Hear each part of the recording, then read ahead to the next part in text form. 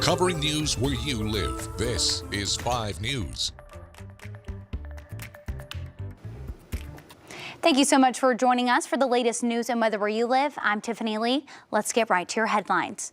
Police in Springdale are investigating a shooting that happened near Luther George Park. It's just south of Emma Avenue. It all happened around 4:30 on Thursday afternoon when police noticed a group of people running from the park toward a car. Now, one of those running was a 14-year-old boy who told police that he had been shot. The injuries are non-life-threatening, and it's believed to be an isolated incident.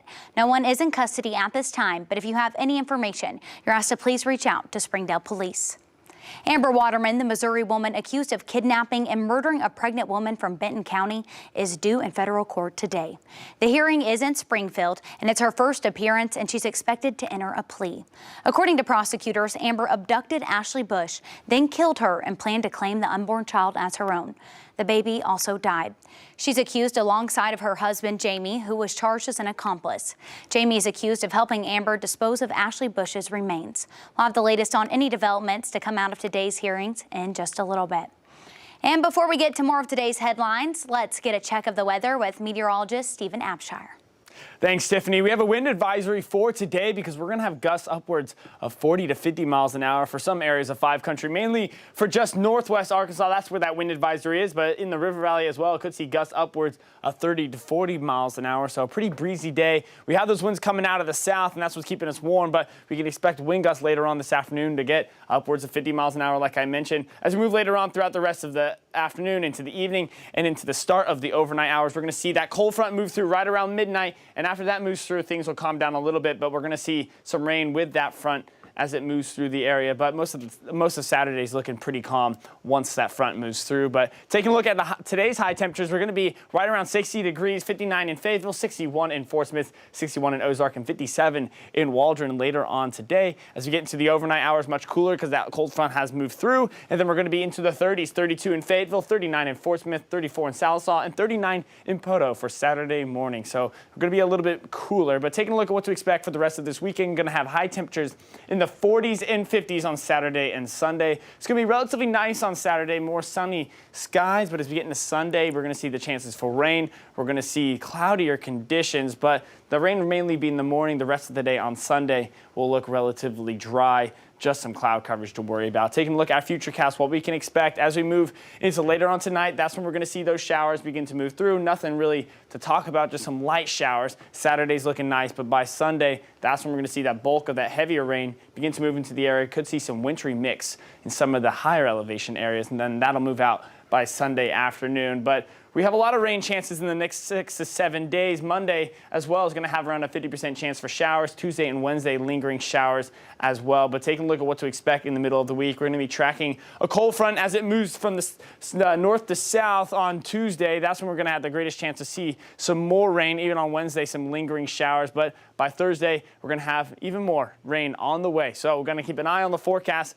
because we're going to have a pretty busy week ahead of us. And then taking a look at the next 7 days, cooler for this weekend, but for northwest Arkansas, we're going to be warming back up into the 60s to start out the week and then cooling off as we get into Wednesday and Thursday. For the River Valley, going to be pretty breezy today. Chances for rain overnight. Saturday and Sunday have a cooling trend, but by Monday and Tuesday, well above average into the low 60s. And then by Wednesday and Thursday, cooling off again, and we're going to have the chance for rain. But now I'm going to send it back over to Tiffany with some more of today's headlines.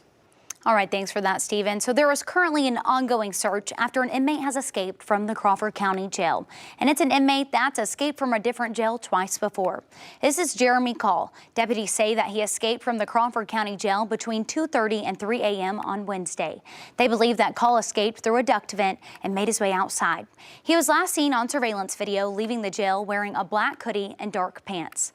Last year, he escaped twice from the Leflore County Jail. You may remember this video when Call escaped from the Leflore County Jail in October of 2021. And then he was finally captured more than 80 miles away in Washington County near Farmington. Now, prior to this, Call also escaped from the Leflore County Jail in February of last year. If you do see him, don't approach him and call the sheriff's office immediately. Police have secured a warrant and are in the process of getting assistance from U.S. Marshals. And coming out of the Thanksgiving holiday, parts of our area have been upgraded on the CDC's COVID-19 risk map.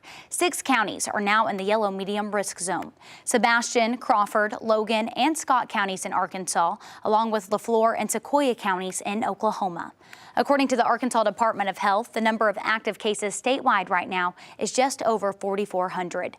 COVID-19 hospitalizations are currently under 200. Flu numbers are also rising as we head into the winter months. The Arkansas Department of Health says that 30 people in Arkansas have already died with the flu this season, including 1 child. Right now, the agency says that Arkansas flu cases are at a higher rate than an average year.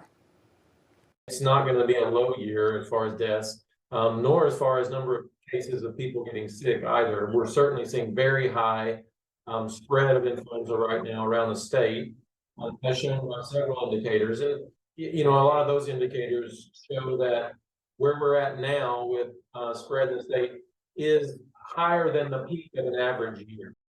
Nationwide, the CDC estimates that there have been at least 6.2 million flu-related illnesses so far just this season. And we also learned of another bird flu outbreak in Arkansas. This is the 3rd flock in Arkansas to be infected by what is now the largest bird flu outbreak in U.S. history. The latest is in Arkansas County. One of the other cases happened in Madison County, impacting around 56,000 birds. Another was in Pope County with about 470 birds impacted. The CDC has traced most cases back to wild birds. The Arkansas Department of Transportation has started the process of getting public input about a proposal to widen Highway 112 through Fayetteville, Springdale, and Taneytown. 5 News reporter Rachel Williams gives us a closer look at the project plans. So far, the plans are to expand Highway 112 from 2 lanes to 4. RDOT says the project will most likely start at the end of 2023. It's really just because of the growth in the area. You know, a lot of population. People are looking for an alternative route to taking 49 to using 265, and this is now that west alternate route. The section potentially impacted would run from Howard Nickel Road in Fayetteville through Springdale to Highway 412 in Taneytown. RDOT says the expansion should take just under 2 years. So now this will eventually alleviate traffic interstate and give you that 3rd option. A Fayetteville couple who lives right off of Howard Nickel Road says traffic has caused their commute to double in the amount of time it would normally take to get to work. Getting out of our neighborhood in the morning during rush hours is incredibly painful. Hundreds of yards of cars waiting at a stop sign just to get out of the neighborhood and get onto 112. The couple has concerns about construction traffic, but overall, they say they're looking forward to less traffic on their daily commutes. I want to come down, see what they're planning, and make sure that there's a solution in place for us to be able to easily get in and out of our neighborhood, specifically during those rush hours. According to RDOT, the estimated cost right now is around $65 million, but that could increase over the next few years because of inflation. RDOT plans to add several roundabouts to help keep traffic moving smoothly. Roundabouts are proven to be a lot safer, much more efficient. You know, without the lights, you actually get through quicker. But I think roundabouts, sometimes people have to get a little accustomed to them. But there will be a total of 7 roundabouts in that 4-mile stretch.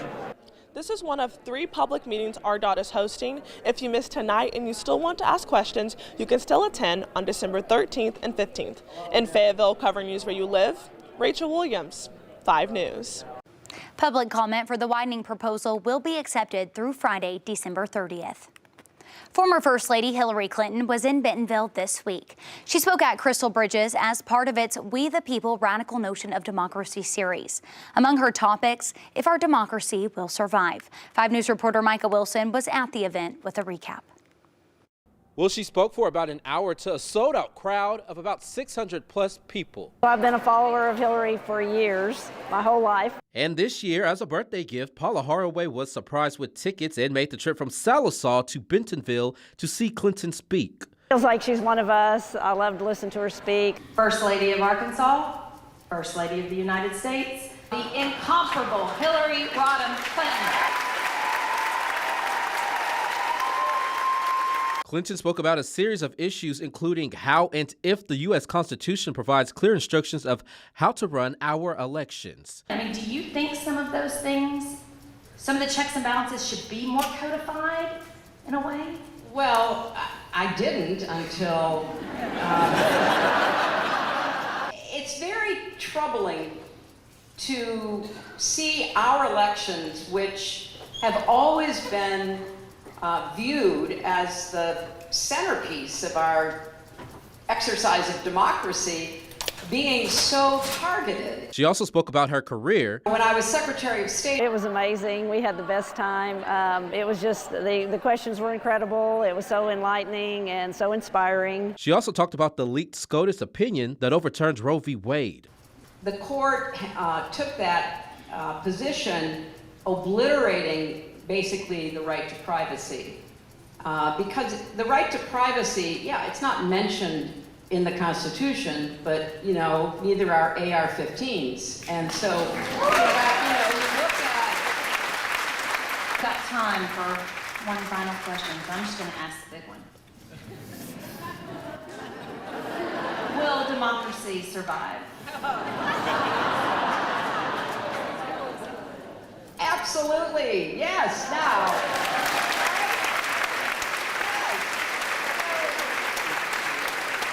But she says she does worry about the impact of disinformation on our democracy. You live in a world of disinformation and you have no idea who to believe or who to trust. By definition, a democracy can't work.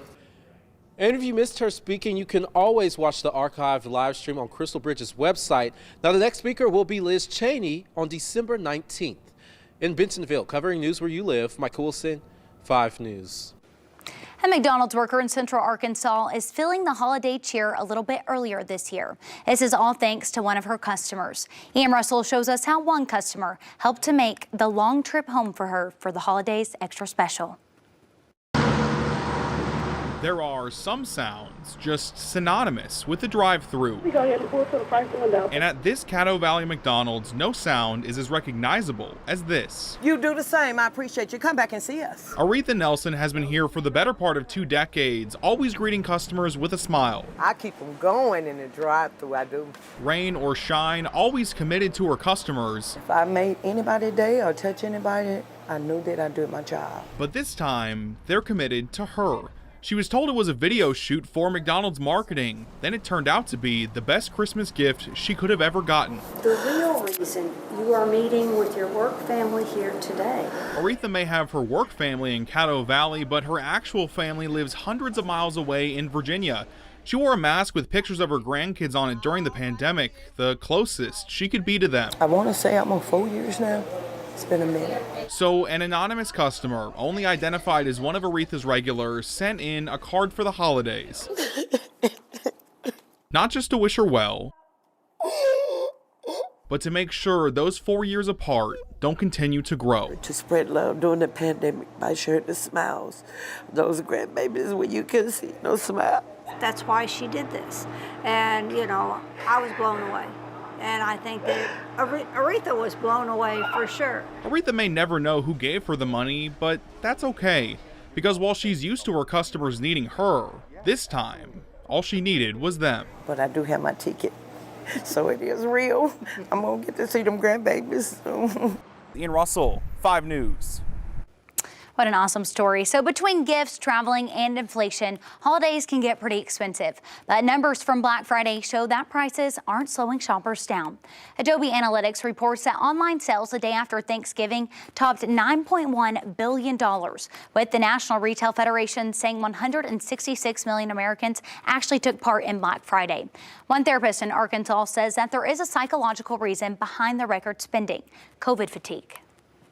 Even after everything that has, transpired over the last 2.5 years, I think people are really just trying to search for a sense of normalcy. Recent numbers also show that heading into the holiday season, the tourism and hospitality industries are also recovering and above 2019 levels. The Walton Arts Center in Fayetteville is hoping to start a new holiday tradition this year in the Dixon Street Entertainment District. It's called Winter Nights. The Drop-In Experience had its opening night just last night, and they've transformed a nearby gallery in Rose Garden to a winter wonderland. Now it's complete with thousands of twinkling lights and larger-than-life snowflakes. It also features a holiday-themed photo booth, festive food and drink options, and an outdoor refreshment area with heated seating. So this is the first year that we've done this. We really wanted to create a space for the community to come in and enjoy lights and holiday cheer and be able to hang out together just as a community. You can drop in at Winter Nights every Thursday, Friday, and Saturday through December 23rd. Those are some of your top headlines on this Friday. We'll continue to follow all the news all day. You can catch up with us again this evening on your 5 News app 4, 5, and 6. I'm Tiffany Lee. Have a great day.